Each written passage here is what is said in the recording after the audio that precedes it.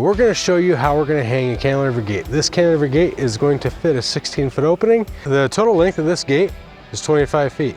It has to cantilever across the opening, but it still has to hold on these two big posts that are back behind me. And we're gonna show you exactly how we're gonna hang that gate and how the gate works. If they're done right, they roll like butter. If butter was to roll. They open very smooth. Before we even do anything, we need to take an overall measurement. We need to measure from the bottom of the pipe. So that way we can figure out where the saddle of the roller needs to sit. The objective is to get the top rail of the gate to match the top rail of the fence. So you can't really tell that there's a gate there. Now on the first post, it may hit. On the second post, it may be different because of the terrain. So we're gonna go ahead and measure from the bottom of the gate to center, 63.5. Now we're gonna take that same 63.5, we're gonna measure from the midpoint right here. We're gonna put our mark of 63.5. This is where we want the inside saddle of the roller.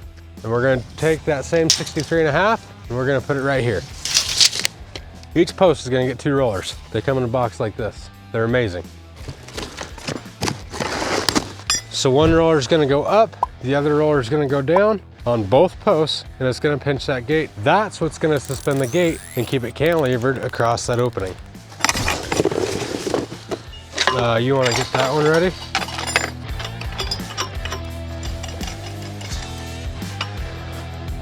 What we're doing right now is we're just presetting the roller. We're not gonna snug the nuts overall tight. We're just gonna get them a little snug so that way we can set the gate. One of the big things about dealing with a gate like this is it is so big, you could easily overthink it. What you need to do now, Cade, is I want that 63.5 right at that seam. So if you hold the tape, I'm gonna hold the roller, and you're probably gonna have to hold it and lock it in place for me. Right there. Yeah. 63.5. Okay. So we have that one preset. We're gonna go over here, we're gonna set our next one. It's just snug right now because we wanna make sure that these 2 rollers are going in a straight line. And just looking at this, I can tell that roller probably has to be somewhere right in there. And if you're gonna tackle one of these and you don't have any gear wrenches, just don't even try it until you go get a gear wrench because, oh my gosh.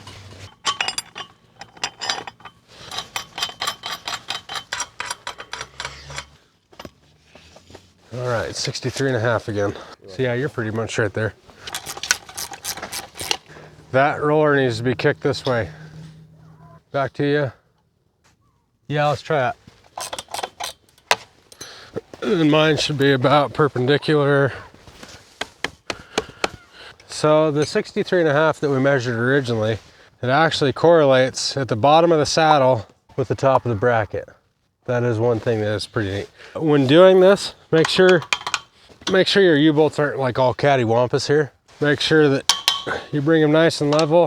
These are holding a lot of weight. You want to make sure that that roller is nice and snug and it can't move a certain direction based on the slant of the U-bolt. What we're gonna do next, I'm gonna snug up this roller over here on that we first set. Snug it up just a little bit more and we're gonna go ahead and set the gate. Like I said, hanging these doesn't take too much time if you know what you're doing. And if you've never seen it done before or never done it yourself, they can take a lot of time. If you're gonna be doing one of your own cantilever gates, SWI is here to help you every step of the way. Being able to provide you with the gate kit to make your own cantilever gate, all the way to supplying the rollers for you. These rollers are extremely nice. They're nylon rollers to help the gate slide as flawlessly as possible.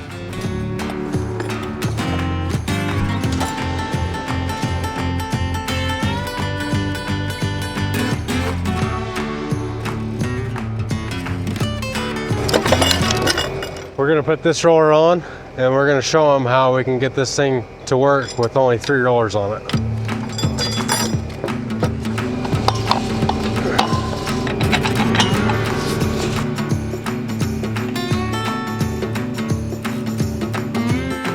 Okay, so in order for the gate to work, we need to have 4 rollers on it, but we only have 3 on.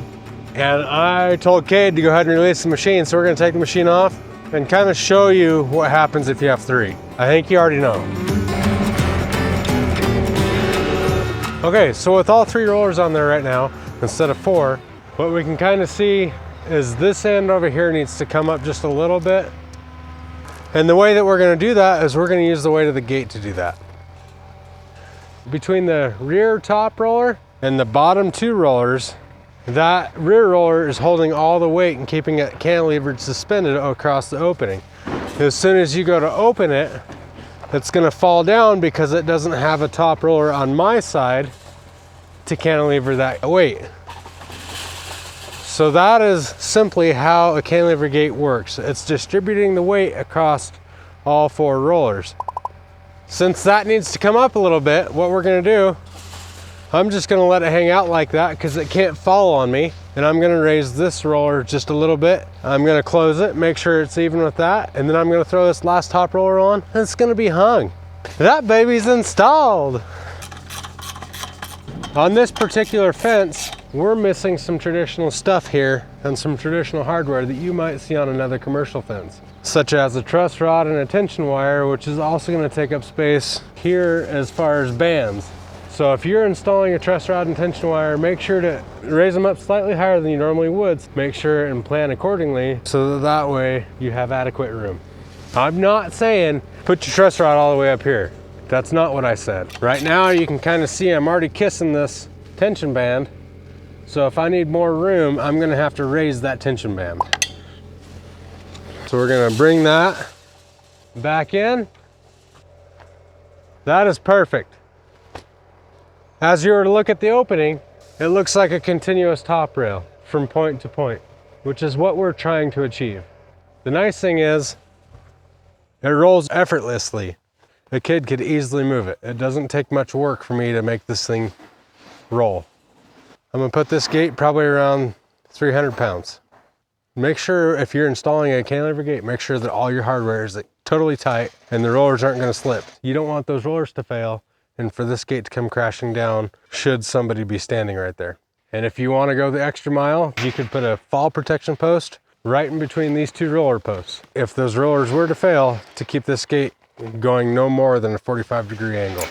In the fence industry, gate safety is a huge thing.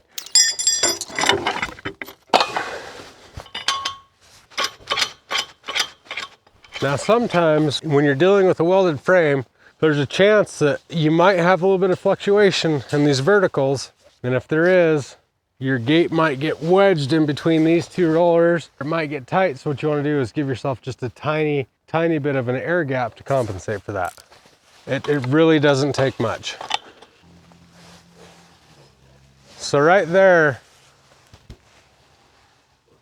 I'm getting some resistance. So that gate came to a complete stop. So I need to raise this roller just a little bit.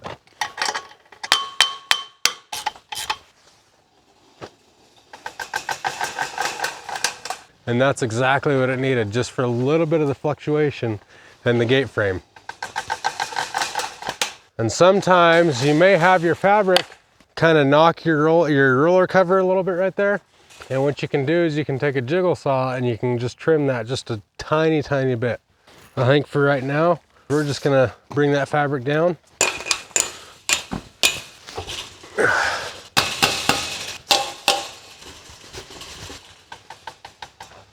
I got just a little knock right there.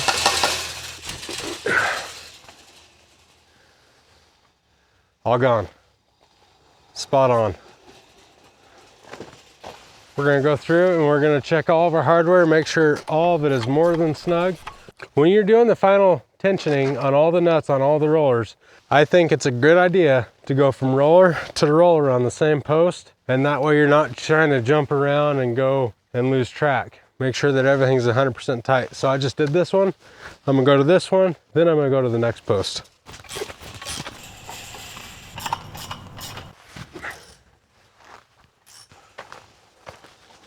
If you want to build your own cantilever gate, make sure to reach out to SWI to see how we can assist you. And if you're looking for any hardware to go along with that cantilever gate, make sure and see the links below. It's Dan with SWI, and we hope you have a good dang day.